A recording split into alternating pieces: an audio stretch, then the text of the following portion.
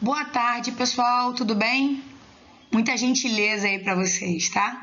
Essa aula ficou grande pra caramba. A princípio, eu tinha pensado em falar sobre ondas eletromagnéticas e ondas sonoras, mas nossa, eu acho que eu me empolguei demais nessa aula de hoje. Então, eu vou colocar somente ondas eletromagnéticas para o nosso conteúdo, tá? E vou aproveitar e vou fazer algumas questões com vocês, porque acaba que a gente vai discutir um pouco sobre a natureza da luz, né? O que a luz é? O que a onda eletromagnética é? Ela é uma onda? Ela é uma partícula? Essa discussão foi muito importante, né? Aconteceu ao longo de muitos anos. E por isso, então, que a aula ficou muito grande, tá bom? Mas vejam com calma e cai dentro do exercício, tá bom?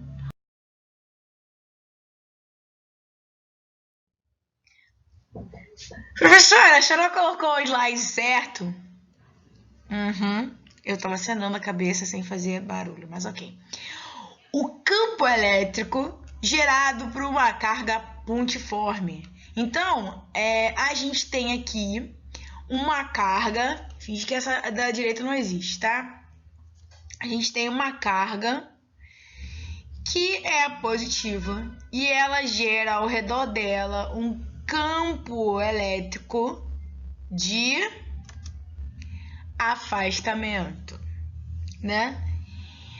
E agora, só existindo a carguinha aqui azul, negativa, ela gera, né? Relembrando nas nossas aulas de eletrostática, gera um campo de aproximação, ok?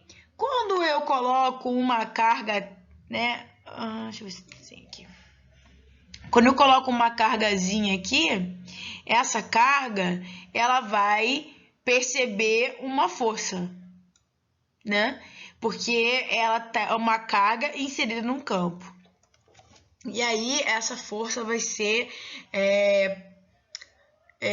ter a mesma direção que o campo, mas ela vai ter sentido igual se essa carga teste, né? O sentido que eu tô falando, a força e o campo. Então a força e o campo vão ter sentidos iguais se a carga Qzinho for positiva, a carga que está sentindo o campo, e ela vai ser vai possuir o sentido contrário, a força vai ser contrária ao campo se a carga for negativa. E exatamente como um gotejamento de água na superfície de um lago, que faz com que uma onda seja espalhada pela superfície, do mesmo jeito, um campo elétrico oscilante é gerado quando a carga ela é movimentada, quando a carga vibra. Não ri. Foi o melhor jeito que eu achei para ver se você conseguia entender. Então, o tempo não tá batendo, tá? Foi bem esdrúxulo a simulação, mas acho que deu para entender. E aí, quando o campo elétrico varia, esse azul aí é o campo elétrico, a gente vai ter, além da carga oscilando, gerar um campo elétrico oscilante, uma variação no campo elétrico vai gerar aqui. Aí, gente, você vai ter que perdoar sua professora. Um campo ficou horrível, magnético, que é perpendicular. Nós vamos ver, quando a gente falar sobre eletromagnetismo, que um campo elétrico variável, ele vai gerar um campo magnético variável também. E aí o campo magnético variável gera um campo elétrico variável. Então, um vai gerando o outro, né? E com isso, a gente tem, então, uma onda eletromagnética que se propaga no vácuo com a velocidade de 3 vezes 10 à oitava metros por segundo. Ficou feio, mas eu acho que deu para entender. Tá, esse desenho tá bem melhor que o meu, mas é porque eu acho que você vendo o desenho parado, que acontece nos livros, né? Sem entender essa questão da carga pontiforme se movimentando, aqui ó, ela tá aqui ó, é uma carga pontiforme que se movimenta e ao se movimentar ela gera fluxo de campo elétrico e esse fluxo de campo elétrico gera um fluxo de campo magnético. Então, a onda eletromagnética é isso, ela é formada por fluxos oscilantes de campos elétricos, aqui estão representados na vertical, e fluxos de campo magnético, aqui representados na horizontal, que se propagam, né, ao longo aqui do eixo X com a velocidade, né, que a gente conhece, que a gente chama de C, tá? Eu acho importante o aluno entender do que a gente está falando. Isso é uma onda eletromagnética. E a onda eletromagnética, né, ela vai ser caracterizada, como toda onda, com a sua frequência. Porque ondas eletromagnéticas de frequências diferentes, né, de faixas de frequências diferentes, vão ter características e funcionalidades diferentes, tá? Então, o que a gente tem aqui, ó? Começando aqui com a menor frequência, tá? Olha aqui o formato aqui que a gente tem da frequência. E lembrem-se, a frequência ela é inversamente proporcional ao comprimento de onda, tá ok? Então, aqui eu tenho com grandes comprimentos de onda e pequenas frequências, tá? O tamanho do comprimento de onda aqui da primeira onda, que é a onda de rádio, tá? Ela é do tamanho mais ou menos de casas, de campos de futebol. Essa é mais ou menos a dimensão do comprimento de onda das ondas de rádio, que são utilizadas na comunicação, né? Na televisão, no rádio, no celular, tá ok? E aí, conforme você vai aumentando a frequência, a gente vai diminuindo o comprimento de onda. E aí aqui o micro-ondas já está no tamanho de bolas, de uma bola de beisebol, né? Tamanho de 1 metro, mais ou menos, ou decímetros, né? E aí a gente viu, né, o micro-ondas que pode ser utilizado, por exemplo, para fazer o aquecimento que nós aprendemos na semana passada, que o aparelho de micro-ondas ele faz o aquecimento da molécula da água através do dipolo elétrico. Aumentando aí, né, essa faixa do micro-ondas que vai do decímetro, né, até 0,1 milímetros, né, de comprimento, a gente vai chegar então no infravermelho, que ele já está na ordem de uma célula, de uma bactéria. E o infravermelho são as ondas de calor, né? São as ondas que você percebe quando você pega a sua mão e coloca próximo a uma fogueira, ou quando você fica diante do sol e consegue sentir na sua pele, né? Lá o sol trabalhando e transformando lá a vitamina D. Transformando não, né? Ajudando na absorção, não é isso? Não sei. Então o infravermelho é isso, são as ondas de calor. E aumentando um pouquinho mais a frequência, a gente tem o vermelho. Então o infravermelho é a faixa do espectro antes do visível, que começa pelo vermelho. E aí nós temos, né, vermelho, laranja, amarelo, verde, azul escuro e lilás, violeta. E aí essa faixa, do visível é a faixa na qual o nosso olho consegue identificar, tá ok? E aí, acima do violeta, a gente tem o ultravioleta, que possui uma frequência maior, né? A gente está fazendo em ordem crescente de frequência, possui uma frequência maior e já consegue interagir com as células da nossa pele, né? Parte superficial da nossa pele, e com isso causar, né, o câncer de pele. Agora, a minha pergunta é: você conhece mais gente com deficiência de vitamina D ou câncer de pele? Tá? Cuidado, o ultravioleta, ele não é nocivo, ele é necessário, né? O ultravioleta, ele é necessário. Ah, então é ele que faz a síntese da vitamina D? Ou é o calor? É aquecer a pele com infravermelho ou banhá-la com ultravioleta? Porque tem uma questão do Enem, né, que fala que a menina fica debaixo da luz da lâmpada dela para poder pegar bronze. Mas não serve, porque a melanina ela é ativada por causa da ultravioleta. Então, de repente, vitamina D também, né? Olha, tá aí, podia fazer uma aula, aí podia ter uma... Agora entrar aqui, tipo, entrar o professor de biologia para te explicar isso, né? Mas depois você me explica aí, por favor. Me ajuda aí. A vitamina D, ela precisa de quê? De infravermelho ou de ultravioleta? Mas voltando, aí então é importantíssima para nossa vida a exposição ao ultravioleta. Ok.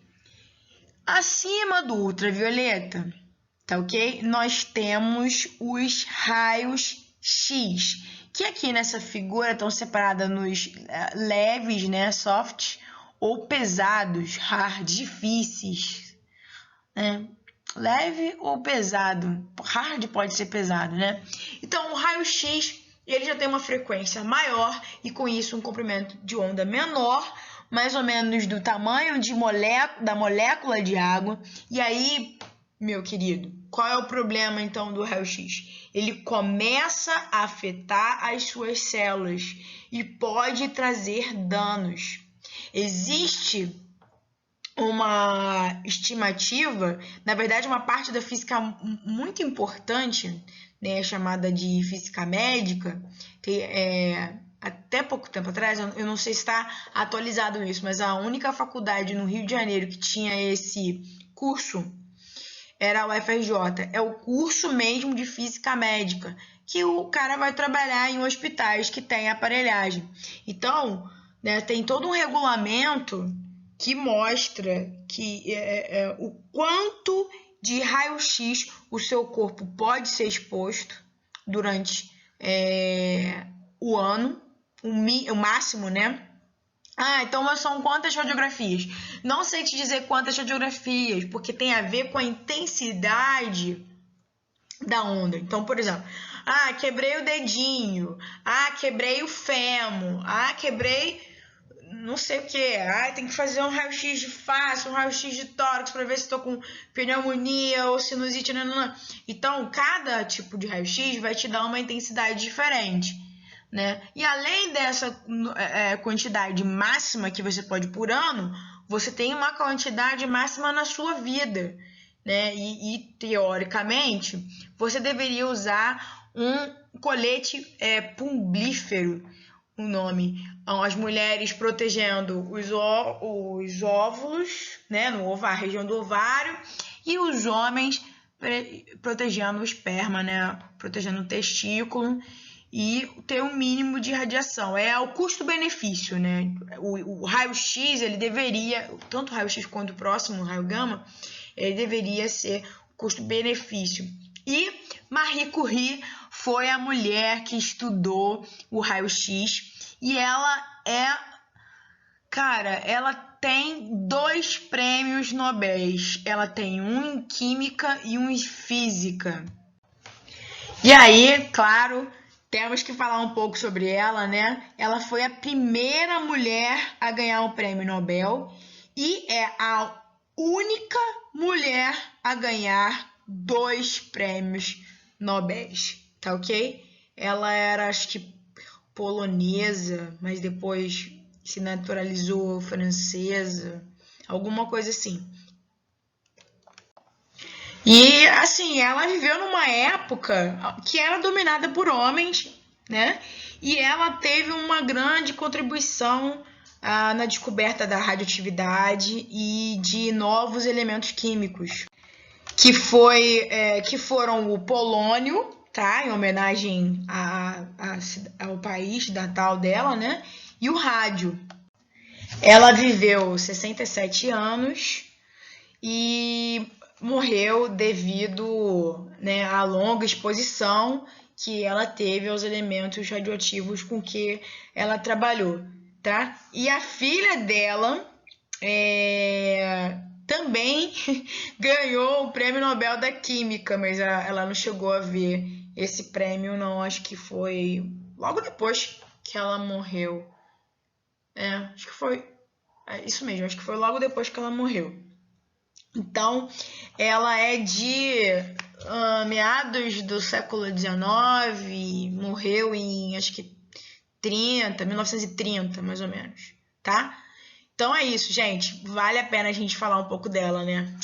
Show de bola! E, continuando, então, a gente tem, por último, o raio gama, que tem uma frequência tão alta, um comprimento de onda tão baixo, que ele consegue interagir com o nosso DNA, podendo danificar, fazer quebras e mutações. Então, essa é a diferença, né, do raio-x. Ele vai mexer na célula, ele vai afetar a sua célula. E aquele problema vai acabar ali. Agora, ele pode, por exemplo, danificar, e se ele danificar um esperma ou um óvulo, esse problema vai ser propagado, mas aquela célula está danificada. Agora, o raio gama, não. O raio gama ele vai alterar o seu DNA. Né? E é aquela questão do uso na medicina, é o custo-benefício. O que é menos pior ter, né, uma célula que não consegue identificar que ela tem que parar de crescer, ou ter uma célula que na qual vai ter incidência de raio gama e com isso quebrar ela, danificar ela até o ponto de conseguir amenizar, né, esse crescimento. Então, só para massificar e falar mais informações ainda sobre essas ondas, né? Essas ondas elas possuem a mesma velocidade, né? Só que de acordo com a frequência, nós vamos ter, lembra que a frequência na verdade, né, pode ser considerado como uma impressão digital. Então, como eu falei, as ondas de rádio são utilizadas na comunicação, tá ok? O micro-ondas, esqueci de falar, o micro-ondas, além de ser utilizado no aparelho de micro-ondas, ele também é utilizado em redes Wi-Fi, né, que utilizam a faixa do micro-ondas, tá? O infravermelho são as ondas de calor, mas também são utilizadas, por exemplo, em alguns dispositivos de visão noturna, né?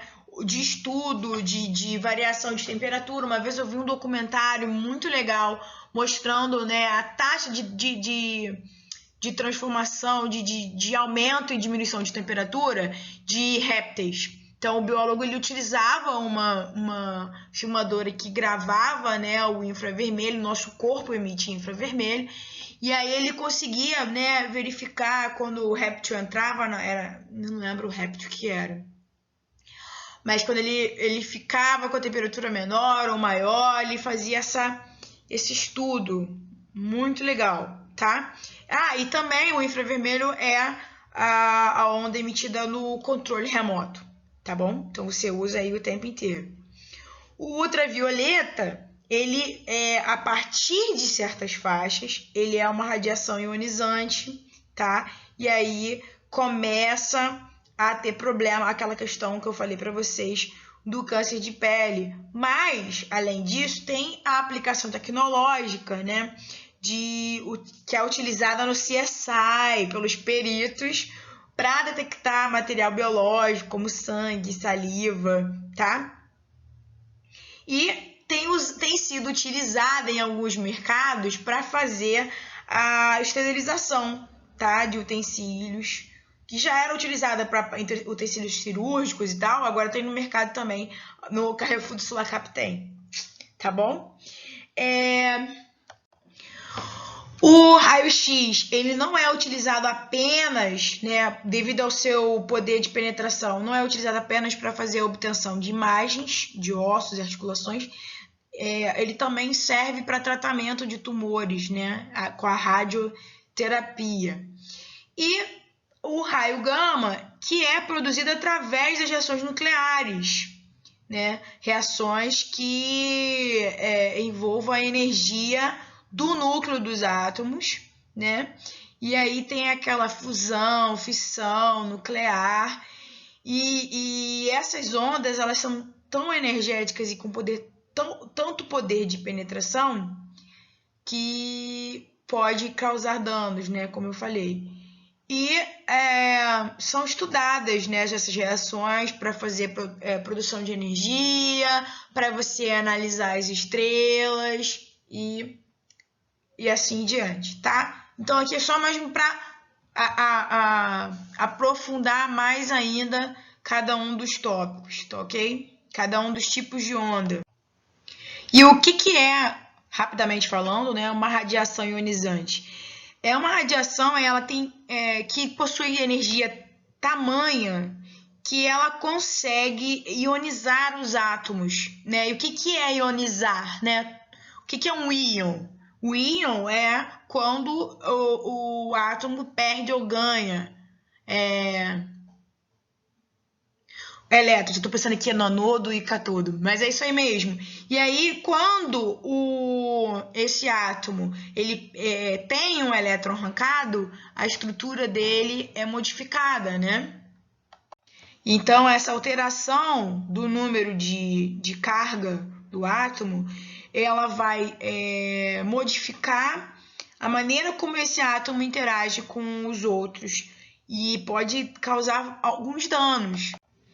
Pode causar náusea, fraqueza, perda de cabelo, queimadura na pele, diminuição de alguma função orgânica, né? Ou até mesmo alterações pesadas no DNA, né? Que o câncer também pode ser causado por causa disso, tá ok? E existem fontes naturais dessa radiação ionizante. Os raios cósmicos, por exemplo, são... isso aqui é do outro slide, tô dando spoiler. Então, para o próximo slide. Então, o Sol, ele é uma fonte de ondas eletromagnéticas, né? De todos os tipos. Não só da luz visível e as ondas de infravermelho, que é o calor, e a ultravioleta. Não são só essas. Só que a nossa atmosfera, ela consegue aí proteger a gente das radiações com maior frequência, já que ela impede a penetração de raio gama, raio-x e frequências maiores do ultravioleta. E aí entra o problema com a camada de ozônio, que é justamente a camada que faz esse bloqueio. Então, aí a gente tem a maior incidência dessas radiações que são nocivas, né, que são ionizantes e nocivas para o nosso corpo.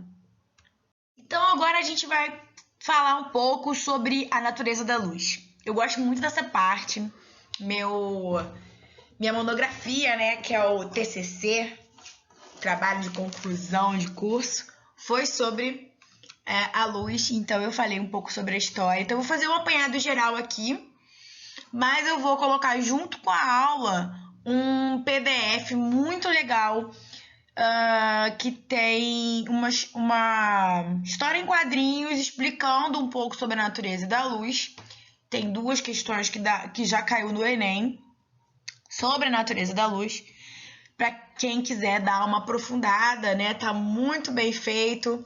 Foi feito como um trabalho de mestrado em física da UFRJ, tá bom?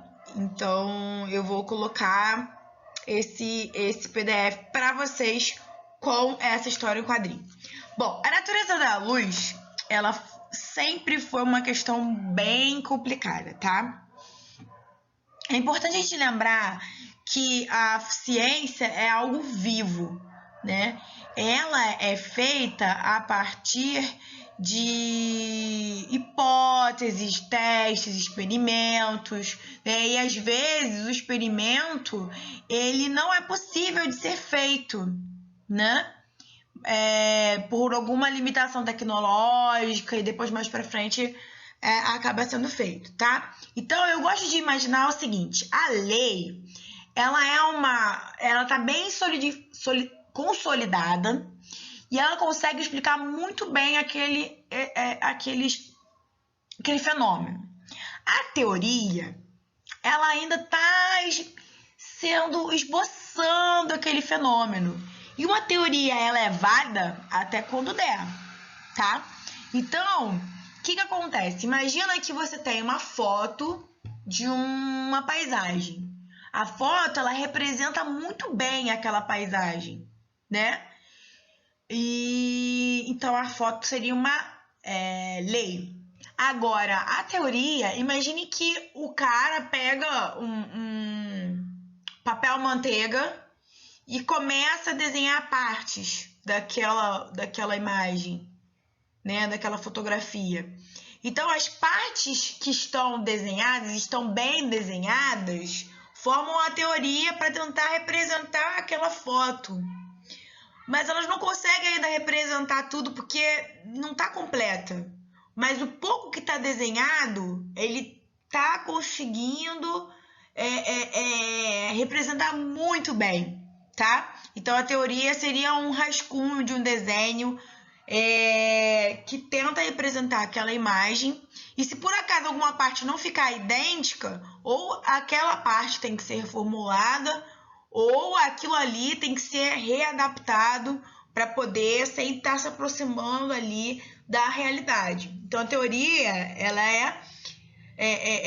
é viva, a ciência é viva, né? Apesar da gente aprender na escola como uma verdade, como algo que parece que, né, no estalar de dedos foi construído, né?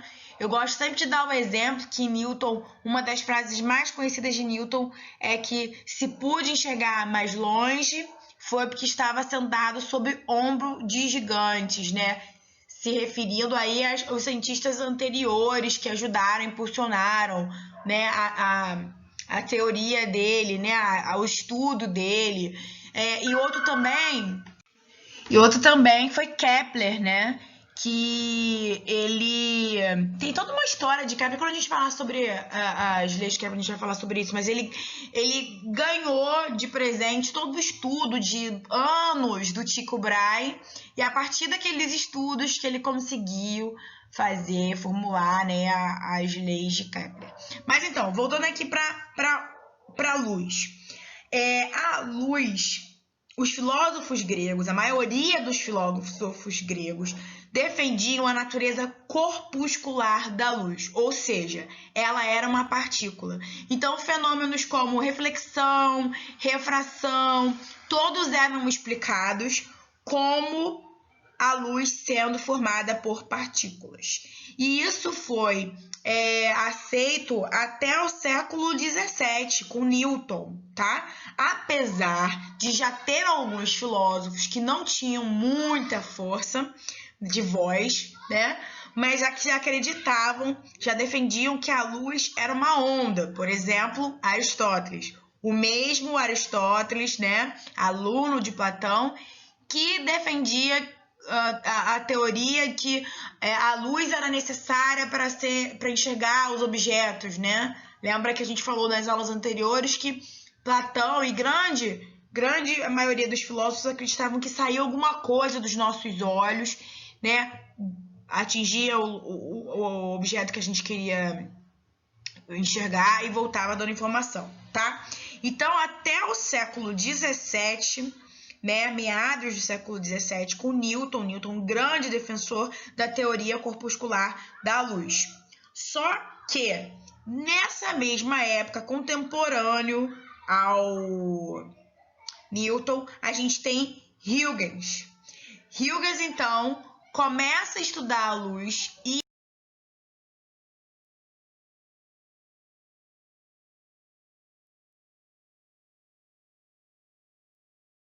consegue propor, né, uma idealização geométrica para explicar como a luz se propaga em forma de onda, né? E aí ele cria essa ideia, né, de frente de onda, que a gente discutiu quando a gente estava falando sobre onda, né? Então, esse princípio de Huygens é uma representação geométrica que consegue justificar a propagação da onda e, com isso, explicar fenômenos como a reflexão e a refração, que antes eram explicados com a luz, com a natureza corpuscular, e agora, por causa das frentes de onda, consegue explicar esses fenômenos através da teoria ondulatória. Então, aqui a gente tem só uma representação para a gente lembrar, né, como as frentes de onda podem ser utilizadas geometricamente para poder explicar a reflexão e a refração. E aí, a gente tem, na faculdade, eu já tive uma camisa dessa, né? Essas são as equações de Maxwell. E o Maxwell foi o primeiro a prever a existência das ondas eletromagnéticas, né? Ou seja, ele viu que, utilizando as propriedades dos campos elétricos e campos magnéticos conhecidos naquela época, em torno de 1860, mais ou menos, ele consegue calcular a velocidade de propagação das ondas, né, dessas ondas eletromagnéticas. Ele identifica como 3 vezes 10 a oitava metros por segundo. Ele reconhece que esse valor é o valor da velocidade de propagação da luz. E com isso, a luz deve ser, então, uma onda eletromagnética. Então, ele estabelece a onda eletromagnética, ele fala sobre essa propagação, ele fala sobre a velocidade com muita propriedade. Mas isso não foi aceito pela comunidade científica da época, né? Na verdade, ainda demorou aí uns 30 anos até que os experimentos dele, né, aliás, que fossem feitos experimentos que concluíssem que a luz ela é uma onda e que ela é baseada em fenômenos elétricos e magnéticos, tá? Então, só mais para frente, em torno de 30 anos, com Hertz, que consegue desenvolver experimentos que relacionam a luz ao campo eletromagnético. Só que hoje o Maxwell ele é considerado um dos maiores cientistas de todos os tempos. E essas são as 4 equações que ele consegue reunir. Notem que não são equações todas dele, né? A gente tem aqui a equação de Gauss para a eletricidade e a do magnetismo.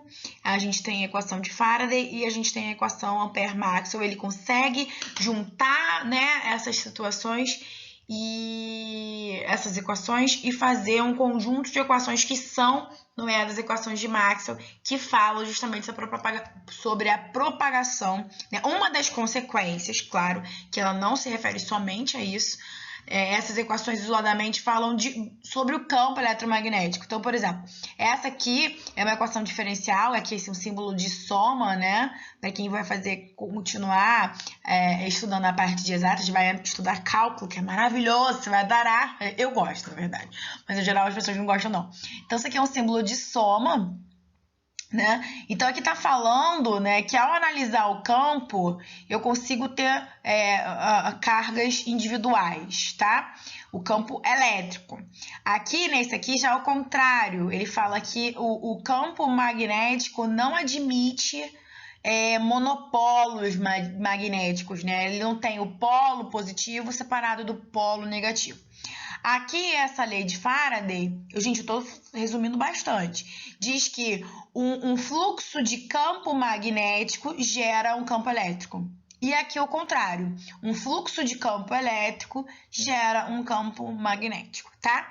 E aí foram essas relações que Deus disse quando criou a luz. Então, para falar um pouco mais aqui desse processo de mudança, né, dessa visão da teoria corpuscular para ondulatória, eu peguei uma questão do Enem 2017 PPL. O debate a respeito da natureza da luz perdurou por séculos, oscilando entre a teoria corpuscular e teoria ondulatória. No início do século XIX, Thomas Young, com a finalidade de auxiliar na discussão, realizou o experimento apresentado de forma simplificada na figura. Nele, um feixe de luz monocromático passa por dois anteparos com fendas muito pequenas. No primeiro anteparo há uma fenda e no segundo, duas fendas. Após passar pelo segundo conjunto de fendas, a luz forma um padrão com franjas claras e escuras. Com esse experimento, Young forneceu fortes argumentos para uma interpretação a respeito da natureza da luz, baseado em uma teoria. Então, aqui está a figura, tá? A gente tem aqui, né, a luz monocromática, uma fenda. E aí, né, o que aconteceu aqui? Aqui vai ocorrer uma difração, né? E aí, se fosse partícula, ela ia bater aqui e não ia passar, né? Mas ela sofre uma difração nessa primeira fenda, sofre duas difrações, né? Uma para cada fenda. E aí, essas duas ondas, essas duas novas ondas que são produzidas, vão sofrer interferência e ser projetadas aqui com franjas claras e franjas escuras. Então, esse experimento, ele foi publicado na Revista Brasileira de Ensino de Física, que a professora de vocês tem artigo publicado. Tem que me autopromover, né, gente? Por favor. E aí, esse exemplo de experimento, né, essa representação, na verdade, de experimento, ela utiliza a luz como onda. Então, a letra A não pode, nem a letra B, tá? Porque quem sofre de difração e interferência é onda. Então, letra C, ondulatória, justificada pelo fato de, no experimento, a luz sofrer difração e polarização. Não, polarização não, tá? Ondulatória, justificada pelo fato do experimento, a luz sofrer interferência e reflexão. Interferência, sim, né? Então, a resposta é letra E, ondulatória, justificada pelo fato do experimento, a luz sofrer difração e interferência. Nessa ordem, né? Então, aqui, difração e aqui, interferência, ok? Então, essa discussão que começou, né, lá nos filósofos da natureza, na Grécia, tava virando todo mundo de ponta cabeça, porque tinha gente que achava que era onda, tinha gente que acha que é partícula, ficava nessa doideira total. Então, o que aconteceu? Em 1887, o Hertz consegue realizar, né, um experimento e esse experimento ele linka a luz como uma onda eletromagnética, só que ele não consegue explicar o experimento através da teoria ondulatória. Aí ferrou com tudo, né? Depois, né, tem o experimento do exercício que a gente viu anteriormente, em torno de 1900, né, que aí a teoria ondulatória ela é fortalecida por causa da explicação dos fenômenos, de alguns fenômenos que não poderiam ser explicados de duas maneiras, né, das duas maneiras. Então, assim, a reflexão pode partícula, pode onda. Refração pode partícula, pode onda. Difração, só onda, tá? Interferência, só onda. Polarização, só onda. E aí a onda foi ganhando. Só que, por causa do experimento de Hertz, que não conseguia ser explicado, né? Não conseguia que envolvia a luz e que não conseguia ser explicado pela teoria ondulatória. Planck, ao estudar a emissão da radiação eletromagnética, ele verificou que, experimentalmente, que as cargas que faziam, né, que oscilavam e que geravam essas ondas eletromagnéticas, elas não emitiam qualquer valor de energia. Na verdade, o que acontece? Ele percebeu que era isso que estava acontecendo, então ele falou assim, cara, então para o que eu estou fazendo se adequar, não, o que eu estou escrevendo se adequar ao que eu estou fazendo, eu vou ter que inserir aí que a energia é quantizada. São valores específicos de energia. Então, não pode qualquer valor. São quantas de energia? São partículas que constituem, né, o valor mínimo da quantidade de energia que elas podem transportar, tá? Então, repetindo, as cargas oscilantes, elas não emitiam qualquer valor de energia. Elas emitiam porções específicas que poderiam ser, né, consideradas como partículas que transportam uma determinada quantidade de energia bem definida, tá? Então, isso introduz a ideia de quanta, né, de quantidade, de níveis discretos de energia, né, níveis específicos de energia. Isso foi proposto por Planck. Todo mundo riu da cara dele, né? Então, aqui a gente tem, inicialmente, aqui a gente tem o valor, né? Então, tipo, um fóton, ele consegue carregar H, que é a constante de Planck, que tá aqui o valor, né? Vezes F, que é aquela frequência. Então, se eu só posso ter um pacote, 2 pacotes, 3 pacotes, 4 pacotes, eu não posso ter 1,5, tá? Então, o N é um número inteiro positivo que traz a ideia do quântico, tá? Então, são quantas de quantidade específica, né? Então, HF é a quantidade de energia de 1 quanta, e N vezes isso é o número de quantas de fótons, né, que a gente chama de fótons hoje, que foram liberados, tá? E aí, isso não é muito bem visto pela comunidade científica, mas 5 anos depois, em 1905, Einstein propôs que a radiação eletromagnética é quantizada e a quantidade elementar da luz é chamada de fóton, tá? Ou seja, as moléculas emitem e absorvem energia em pacotes discretos, chamados fótons, tá? Então, quando a energia é absorvida, né, da onda eletromagnética ou emitida, ela tem que estar obrigatoriamente relacionado a essa quantidade, tá? Então, energia, N é o número inteiro positivo da quantidade de fótons que tem. A gente tem aqui essa constante de Planck, esse H, né, bonitinho, cursivo, 6,63 vezes 10 a menos 34 joules vezes segundo, e aqui a frequência em Hertz, tá?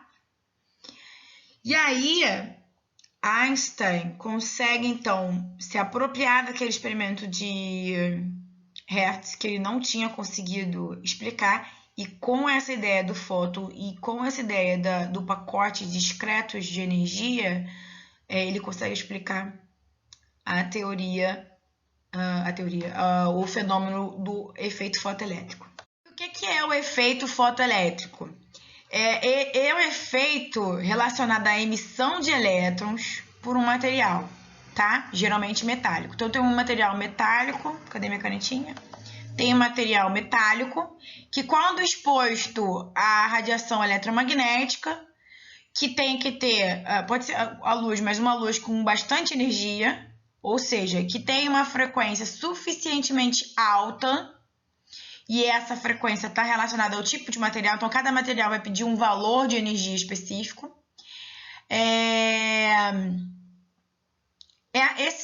Quando essa luz atinge essa placa de metal, ela literalmente arranca elétrons dessa placa, tá?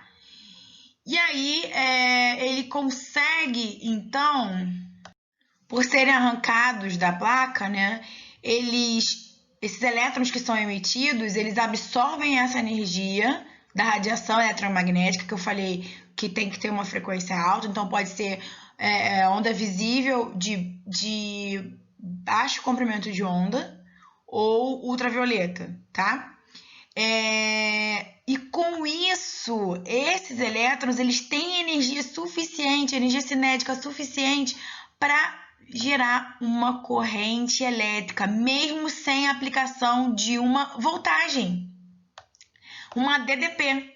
Eles possuem essa energia, né? Então, nas células fotoelétricas, a energia luminosa se transforma em corrente elétrica. E onde é usado isso hoje em dia? Em sistemas de alarmes, portas automáticas, em televisores de LCD e plasma, em painéis solares, tá? E isso tudo esse efeito foi descoberto por acaso por Hertz, né? E explicado por Einstein em 1905, tá?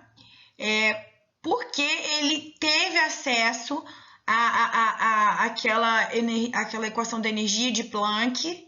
E aí, se a energia é quantizada, se eu usar essa informação aqui no efeito fotoelétrico, eu vou conseguir explicar. Em 1921, Einstein recebe o prêmio Nobel pelo efeito fotoelétrico. Não foi pela relatividade, foi pelo efeito fotoelétrico. E é por isso, já que esse experimento, né, foi explicado em 1905, que o dia do físico é 19/5, tá? Porque 1905 é considerado o ano miraculoso de Einstein. E olha só como as coisas se juntam, né? Então, para reforçar a ideia do Einstein, o Einstein, ele considerava a luz como um conjunto de fótons se propagando no meio, uma forma de onda, tá? Mas, ao interagir com a matéria, ele tem uma interação única, ou seja, cada elétron vai interagir, ele pode absorver apenas um fóton. Então, essa interação fóton-elétron, ela é feita de modo corpuscular. E olha que interessante, Bohr utiliza também a ideia de quantização, Bohr do átomo de Bohr, tá? Feita por Planck, e propõe que os elétrons de um átomo estariam em certos níveis estáveis de energia, né? Que são as camadas, as órbitas, né? Em torno do núcleo. E ao receberem uma quantidade bem definida, quantizada de energia, eles dão um salto para um nível mais elevado e quando eles retornam ao nível original, emitem assim uma energia na forma de radiação. Olha que legal como as coisas se misturam. Então é isso. É o quê? Não sei. A luz é onda ou partícula? Cara, por que não pode ser onda e partícula? A luz, ela é dual. A luz possui uma natureza dual, é dualidade onda-partícula.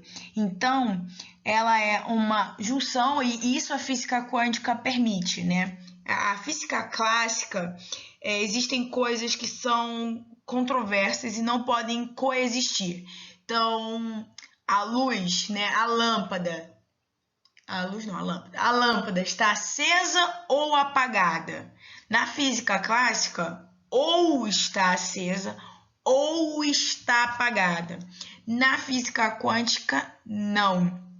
Na física quântica, duas coisas que para cá clássicas são antônimos, né? Elas podem coexistir. Então a luz, ela é onda? É. Ela é partícula? É. Mas, dependendo do fenômeno, quando ela interage, às vezes, ao interagir, quando você mede, quando você faz o experimento, ela decai para uma das duas opções. Ou ela é onda, em específicos fenômenos que ela precisa se comportar como onda, ou ela é partícula no efeito fotoelétrico, ou efeito Compton, que eu não vou falar para vocês, mas também é outro efeito que que foi experimento realizado logo depois do efeito fotoelétrico do Einstein. Então, sim, a onda ela é dual. Mas as coisas acabaram por aí? Não, claro que não. Tem mais confusão para frente. Então, meu querido, a treta ainda não acabou, tá? Então, essa confusão piora a situação da sua cabeça, que nunca tinha escutado sobre a dualidade da luz. O que acontece? Em 1924, um historiador, de Broglie, tá? O sobrenome dele é de Broglie, acho que ele é Luiz de Broglie. Ele eu não falei errado não, é historiador mesmo. Dizem as fofocas da ciência que o de Broglie tinha um irmão mais velho que ele era físico e os dois conversavam muito. E o de Broglie, historiador, já tinha também trabalhado com telégrafo, com uma parte técnica e acabou se interessando pela física. E quando conversava com o irmão, que era físico, ele estava ciente dessa situação da dualidade da onda, que a onda às vezes se comporta como matéria, às vezes se comporta como onda. E aí, ele falou, bom, se a luz pode ser onda em matéria, será que a matéria também não pode ter propriedades ondulatórias? E aí ele então ele faz um trabalho de mais de 100 páginas, que depois foi a tese de doutorado dele, e ele então propõe que o elétron pode apresentar características ondulatórias do mesmo jeito que pode apresentar características corpusculares. Então, a matéria também é dual. Como a luz se comporta como onda-partícula, a matéria também se comporta como onda-partícula. E explodiu seu cabeção e ganhou o Prêmio Nobel em 1997. Então, um historiador ganhou um Prêmio Nobel de Física e o irmão dele não ganhou nada, tá ok? Então, completando aqui a charge, né? Doutor, meu nome é Elétron, acho que eu tenho o mesmo problema. Pode me ajudar? Então, só para resumir, foi bem resumido, tá? Hoje, a gente sabe, através da física quântica, que tanto a matéria quanto a luz são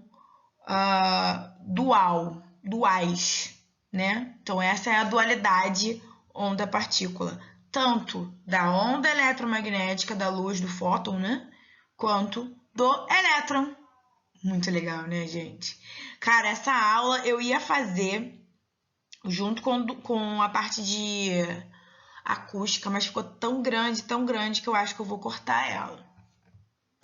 Então, só para finalizar, eu vou fazer essa questão, que é a segunda questão que a gente tem aqui que fala sobre a natureza da luz. Então, foi do ano passado. Quando se considera a extrema velocidade com que a luz se espalha por todos os lados e quando vem de diferentes lugares, mesmo totalmente opostos, os raios luminosos se atravessam uns aos outros sem se atrapalharem. Compreende-se que, quando vemos um objeto luminoso, isso não poderia ocorrer pelo transporte de uma matéria que venha do objeto até nós, como uma flecha ou uma bala que atravessa o ar, pois certamente isso repugna bastante a essas duas propriedades da luz, principalmente a última. O texto contesta, detalhe aqui, hein? O texto contesta que a concepção acerca do comportamento da luz. Que concepção? Então, aqui ele tá, né, Huygens falando, quando ele escreve o Tratado da Luz, tá ok? Você pode ter esse documento em outra revista chamada Caderno de História e Filosofia da Ciência. Bom, o Huygens e essa ideia que ele está contestando é a ideia do modelo corpuscular, né? Então, aqui é a resposta letra C. Vamos analisar as outras. Contesta o entendimento que a luz precisa de um meio para se propagar, difundido pelos defensores da existência do éter. Então, não, em nenhum momento ele contesta isso, tá? Mas lembre-se que inicialmente, na época que Maxwell estuda sobre a onda eletromagnética, a onda ela ela obrigatoriamente precisava de um meio para se propagar. Então foi estabelecido o éter para que ela pudesse se propagar, por exemplo, a luz do Sol chegar até a Terra, tá? Letra B, o modelo ondulatório para a luz, o qual considera a possibilidade de interferência entre feixes luminosos. Então, cuidado, ele não está contestando isso, ele está afirmando. Huygens afirma isso. Letra D, a crença na velocidade infinita da luz. Ou letra E, a ideia defendida pelos gregos de que a luz era produzida pelos olhos. Então, ele contesta a natureza corpuscular. Lembre-se que Huygens e Newton eram contemporâneos. Newton defendia a natureza corpuscular e Huygens defendia a natureza ondulatória. Então, é isso, gente. Ficou grande demais essa aula e eu vou parar por aqui. E na próxima aula a gente vem com acústica.